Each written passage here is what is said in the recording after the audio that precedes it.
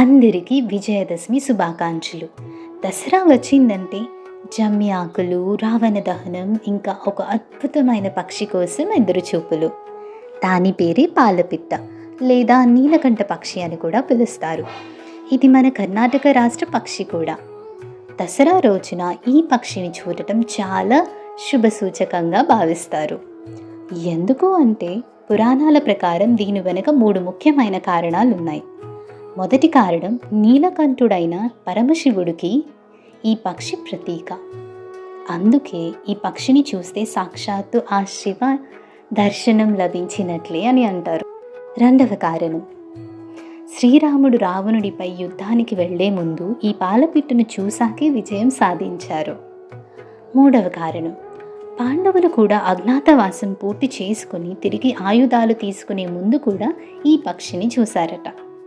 అందుకే పాలపిట్టను దర్శించుకుంటే సంవత్సరం పొడవునా అదృష్టం, విజయం కలుగుతుందని, మనం కోరుకున్న కోరికలు నెరవేరుతాయని నమ్మకం.